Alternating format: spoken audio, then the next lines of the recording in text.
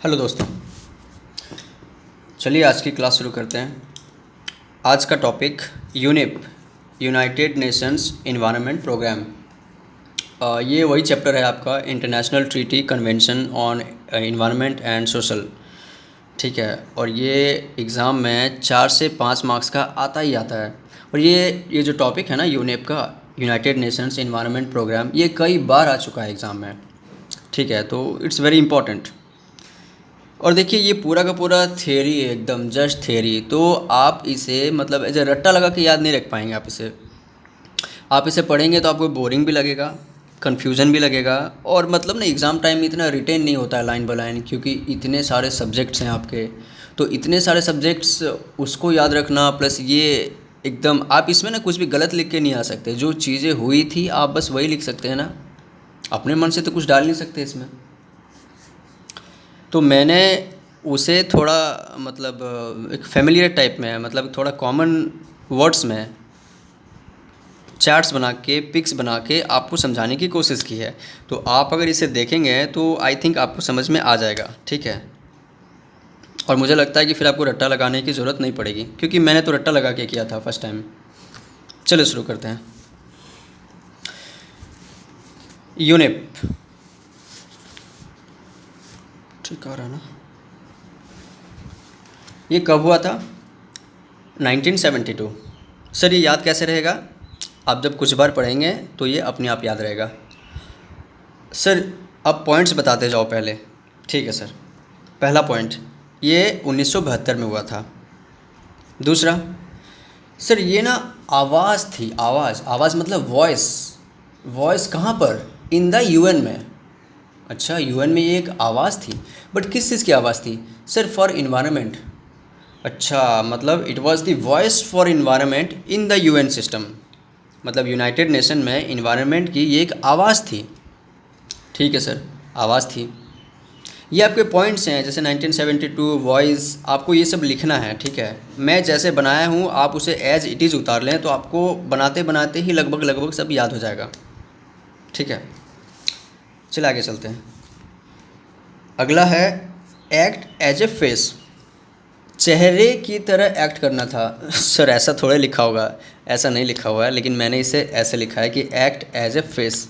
देखिए ये मैंने बनाया ना चेहरा। तो आप जब अपने नोट्स में इस चेहरे को बनाएंगे तो आपको याद रहेगा कि यार ये चेहरा बनाया था, एक्ट एज ए फेस। अब फेस का क्या मतलब है? फेस को डिकोड करना पड़ेगा। फेस मैंने शॉर्टकट में लिख दिया। फेस मतलब फैसिलिटेटर, एडवोकेट, कैटलिस्ट, एजुकेटर।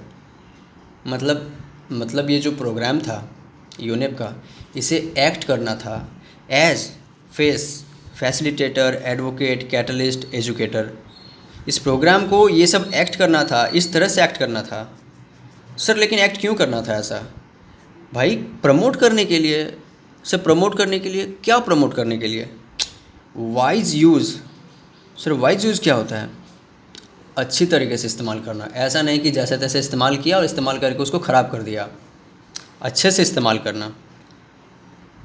और सर डेवलप तो करना है, लेकिन वो डेवलपमेंट जो हो वो सस्टेनेबल हो। सर सस्टेनेबल डेवलपमेंट क्या होता है? सर सस्टेनेबल डेवलपमेंट का मतलब होता है कि डेवलप तो करना, लेकिन सस्टेन होना चाहिए। वो ऐसा ना हो कि आपने ऐसे यूज़ किया उन रिसोर्सेज को कि उसके बाद वो ख़त्म हो गया, उसके बाद वो किसी लायक नहीं रहा। ऐसा नहीं करना है। आपको यूज़ भी वाइज करना है, और आपको जो डेवलप करनी है वो भी सस्टेनेबल होनी चाहिए। सर लेकिन किस चीज़ का यूज़, किस चीज़ की डेवलपमेंट, सस्टेनेबल डेवलपमेंट किस चीज़ की? अरे भाई इन्वायरमेंट की। हाँ सर, इन्वायरमेंट की यूज़ तो वाइजली होनी चाहिए और सस्टेनेबल उसकी डेवलपमेंट होनी चाहिए। सर कौन सी इन्वायरमेंट? घर वाली, ग्लोबल, वैश्विक? ठीक है सर, हम समझ गए। मतलब इसे एक्ट करना था एज ए फेस, मतलब फैसिलिटेटर, एडवोकेट, कैटलिस्ट, एजुकेटर।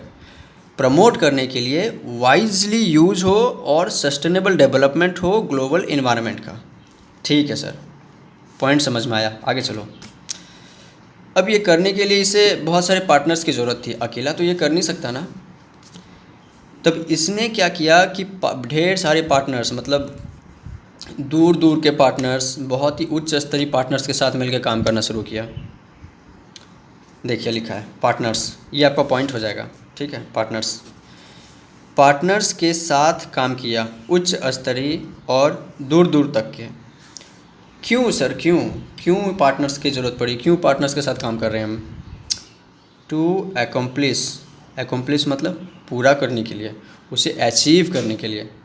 क्या अचीव करने के लिए? अरे यही तो टू एकम्प्लिश दिस, इसे पूरा करने के लिए इसने वर्क किया, काम किया, wide range, with wide range of partners, बहुत दूर दूर के पार्टनर्स के साथ इसने काम किया, बहुत ही उच्च स्तरीय पार्टनर्स के साथ काम किया। सर जैसे जैसे यूएन की एजेंसीज़, अरे बाप रे इतने बड़े बड़े, जी हाँ, यूएन की agencies, international organisations, national governments. Sir ये क्या है नेशनल गवर्नमेंट्स? जैसे UK, USA, Japan, India, China, है ना, राष्ट्रीय सरकारें। एनजीओज़ भी, नॉन गवर्नमेंट ऑर्गेनाइजेशंस के साथ भी इसने काम किया। सोचिए कैसे कैसे लोग इसके पार्टनर थे, यूएन के एजेंसीज से लेकर प्राइवेट सेक्टर और सिविल सोसाइटी तक, मतलब लोग भी, सिविल सोसाइटी भी इसकी पार्टनर थी। हाँ सर, इसने तो पूरे टॉप लेवल से लेकर एकदम ग्राउंड लेवल तक सबको पार्टनर बना डाला और उसके साथ इसने काम किया। सर काम किया, क्या काम करना था इन्हें? सर इन्होंने ना कुछ देखिए इसको काम क्या करना था, वो काम इधर लिखा हुआ है, वैसे ये पॉइंट मैं बाद में भी बता सकता था। इसे मेनली 7 काम करने थे, 7 ब्रॉड थीमेटिक, थीमेटिक मतलब होता है ना कि कोई थीम, ऐसा ना हो कि कोई भी छोटा मोटा खुचरा काम, थीम बेस्ड, जैसे क्लाइमेट चेंज। तो इस तरह के इसे 7 काम करने थे, 7 काम करने थे इसे। और वो कुछ इस तरह है कि क्लाइमेट चेंज, जलवायु परिवर्तन, disaster and conflicts, ecosystem management, environment governance, chemical and waste, resources efficiency, environment under review. देखिए दोस्तों, इसके पीछे कोई लॉजिक नहीं है इन नामों के पीछे, ये क्या है ना कि आपको याद रखना पड़ेगा ये। तो आप इसका कुछ शॉर्टकट बना सकते हैं इसका। अब जैसे कि इसका आपने बना लिया डियर, जैसे डी ई ई और आर, डियर हो गया, और बच गया सी ई, डियर सी ई, ये आप याद रख सकते हैं, डियर सी ई। उसका मेन जो 7 काम था वो यही था, डियर सी ई। ठीक है सर।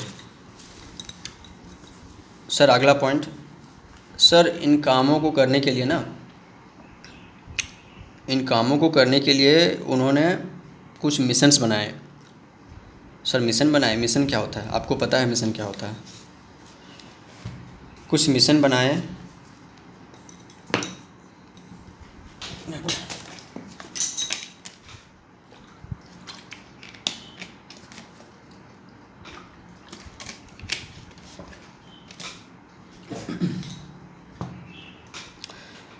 सर मिशन क्या था?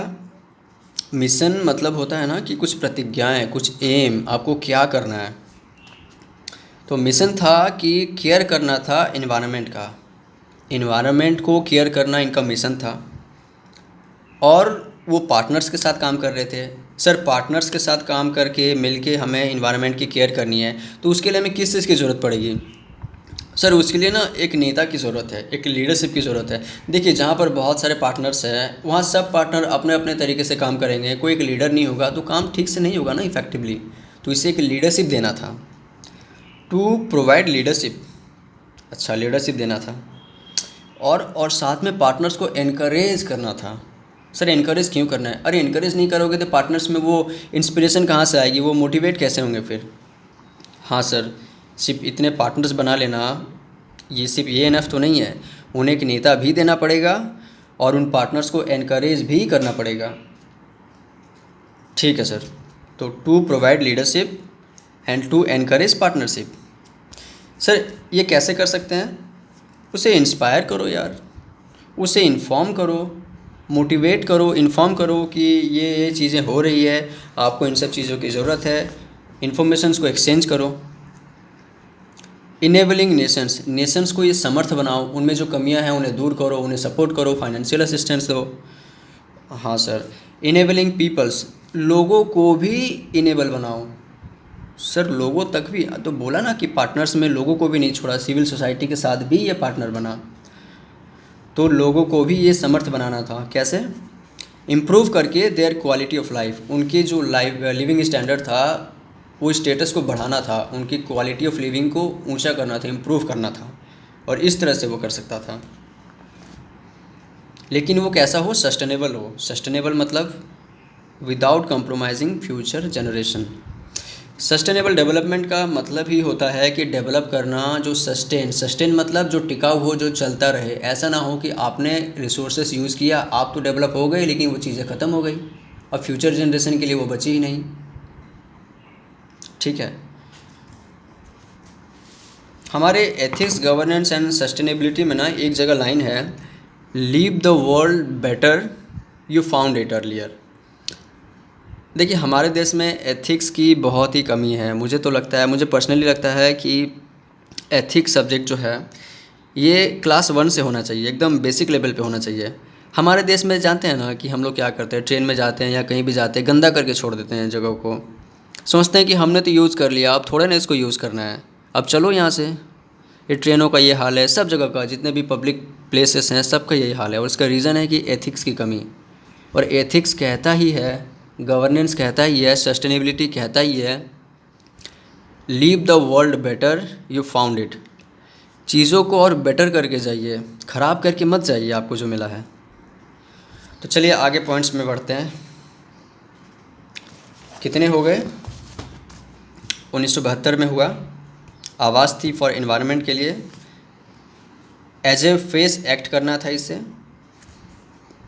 और पार्टनर्स के साथ, अनेक तरह के पार्टनर्स के साथ काम किया, कुछ मिशंस बनाया इसने, और मिशंस बना के इसके जो 7 काम थे वो 7 काम को करना था।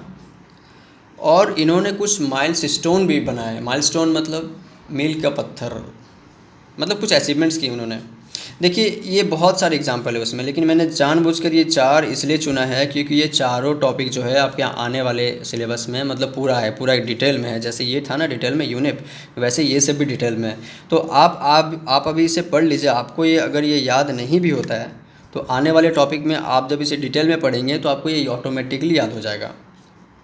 कन्वेंशन ऑन बायोलॉजिकल डाइवर्सिटी, ये आपके सिलेबस में है। एजेंडा 21 ये भी है। ये सब है दोस्तों। तो आई थिंक ये हो चुका है, बहुत ही शॉर्ट वीडियो था। एक बार फिर से देख लेते हैं ना। ये यूनेप हुआ था 1972 में, ये आवाज़ थी फॉर एनवायरनमेंट के लिए। इसे एक्ट करना था एज फेस, मतलब फैसिलिटेटर, एडवोकेट, कैटलिस्ट, एजुकेटर। क्यों? टू प्रमोट करने के लिए, क्या? वाइज यूज हो और सस्टेनेबल डेवलपमेंट हो ग्लोबल एनवायरनमेंट का। Okay sir. इन्होंने ढेर सारे पार्टनर्स बनाए टू एकम्प्लिश दिस, इसे पूरा करने के लिए। इट वर्क काम किया with wide range of partners, बहुत ही दूर तक के वाइड रेंज ऑफ पार्टनर्स के साथ, जैसे यूएन की agencies, international organisations, national governments, NGOs, private sectors, civil society भी। इन्होंने कुछ मिशंस भी बनाए थे। प्रमोट करना था लीडरशिप को और इनकरेज करना था पार्टनरशिप को। क्यों? ताकि वो केयर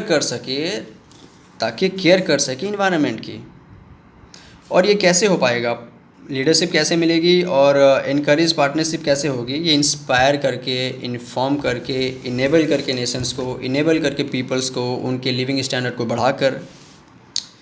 ओके सर। और इसने कुछ माइलस्टोन भी बनाए थे, कुछ मील का पत्थर साबित किए थे इन्होंने, कुछ ढंग का काम करके। ये ढंग का काम था इनका, ये सब इन्होंने किए थे।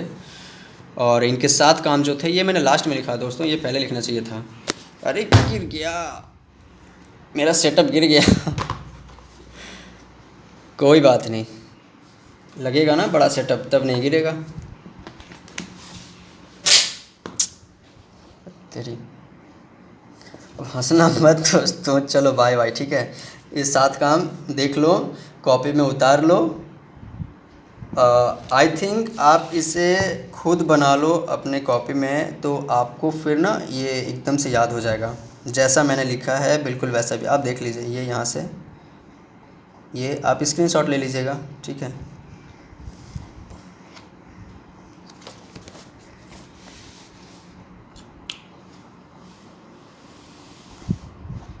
मैं ना आपको एक बार बुक में दिखा देता हूँ, वैसे मेरा सेटअप गिर चुका है, ठीक है।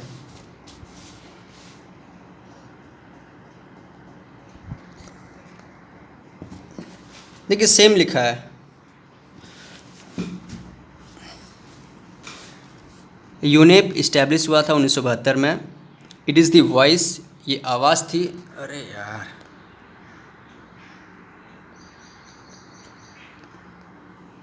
ये आवाज़ थी फॉर इन्वायरमेंट के लिए, जो मैंने बताया, with in the UN system, ठीक है sir. UNEP acts as a catalyst, advocate, educator and facilitator. बताया ना फेस, इसको मैंने शॉर्टकट करके ऐसे वो एक कोड वर्ड बना दिया फेस, क्योंकि ऐसे लाइन बाय लाइन याद रखोगे तो आपको याद नहीं होगी, ठीक है। तो to act as a face, to promote करने के लिए क्या, wise use and sustainable development of global environment. हाँ सर, ये तो आपने बताया। टू एकम्प्लिश दिस, इसे पूरा करने के लिए यूनेप ने काम किया, वर्क किया with wide range of partners. हाँ सर था, जैसे था यूएन के agencies, international organisations, national governments, NGOs, private sector, civil society. हाँ सर था। इसके कुछ मिशंस थे, देखिए मिशंस थे ना, टू प्रोवाइड लीडरशिप, इन्हें लीडरशिप देना था, इनकरेज करना था पार्टनरशिप को, किस में, in caring for the environment के केयरिंग में, कैसे, इंस्पायर करके, इन्फॉर्म करके, इनेबल करके नेशंस को, इनेबल करके पीपल को, कैसे, to improve their quality of life, people को इंस्पायर करना था ताकि वो अपने क्वालिटी ऑफ लाइफ जो है, लिविंग स्टैंडर्ड है, उसे इम्प्रूव कर सके without compromising the future generation needs. हाँ सर, वही तो चीज़ें लिखी है, लेकिन ये लाइन बाय लाइन याद रहना मुश्किल है, इसलिए मैंने ऐसे पिक्चर बना के, ऐसे चार्ट बना के ऐसे आपको बताया। इसके कुछ मेजर माइलस्टोन्स हैं, ये देखिए बहुत सारे हैं, 1 2 3 4 5, ये आपको याद रखना मुश्किल है, और इसलिए मैंने आपको वो सब बताया जो आगे आपके सिलेबस में ऑलरेडी है। और ये देखिए इतने सारे, ये सारे के सारे माइलस्टोन्स हैं, ठीक है। ये एक लाइन है कि इन्होंने कहा कि 1972 में जो पहली बार ह्यूमन एनवायरनमेंट पर जो कॉन्फ्रेंस हुआ था, वो इंडिया में किस तरह से असर किया। तो देखिए वो लिखा है कि भारत में जो water prevention and control of pollution act है ना, जैसे कहते हैं वाटर पोल्यूशन एक्ट 1974, देखिए 74 है, और जो यूनाइटेड नेशन कॉन्फ्रेंस हुआ था, जो यूएन का कॉन्फ्रेंस हुआ था ऑन ह्यूमन एनवायरनमेंट पहली बार, वो हुआ था 1972 में। और इसके 2 इम्पैक्ट बताए थे मैंने आपको फर्स्ट क्लास में, कि एक तो था lead to creation of global and regional environment monitoring networks, और दूसरा था creation of United Nation Environment Programmes. और ये जो दूसरा था ना कि creation of UN programmes, UN के एनवायरनमेंट प्रोग्राम्स, वही चीज़ ये नीचे अलग से एक टॉपिक बन के आ गई कि उसी चीज़ को कि ये बताओ कि ये कैसे हुआ था, कौन से प्रोग्राम बने, तो वही चीज़ आज आपने पढ़ी है। और उसी में लिखा है कि भारत में इसका क्या असर था। तो भारत में तो वाटर पोल्यूशन एक्ट बना, एयर का भी देखिए, एयर का कब बना, 1981, ये भी 72 के बाद बना। Prevention and control of air pollution जो भी है, ये सब इनेक्ट हुए थे।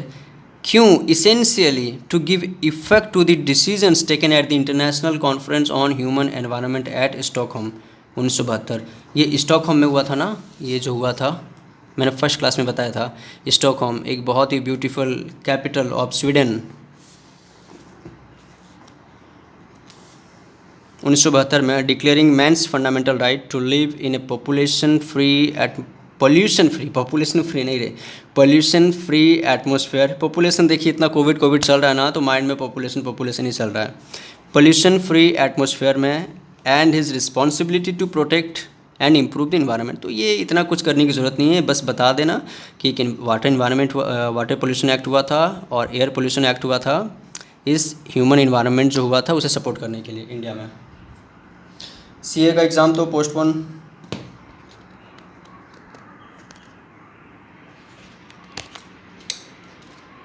रिकॉर्डिंग तो ऑन है। सीए का एग्ज़ाम पोस्टपोन हो चुका है दोस्तों। अब लास्ट बाकी है सीएस का। सीएमए का ऑलरेडी हो चुका है, सीए का हो चुका है, और सीए का जो टाइम दिया है पोस्टपोन का, वो डेट तो नहीं बताया है अगला, लेकिन बताया है कि कम से कम 25 दिन पहले बता दिया जाएगा। तो इसका मतलब मान लीजिए 2 महीना तो पोस्टपोन होना ही है अभी। और CS का देखते हैं, आई थिंक पॉसिबल तो नहीं है CS का एग्ज़ाम होना इस बार जून में, 1 जून से जो एग्ज़ाम है ये भी पोस्टपोन ही होगा। चलिए दोस्तों, आऊँगा जल्दी ही नेक्स्ट टॉपिक लेकर, ठीक है, बाय बाय।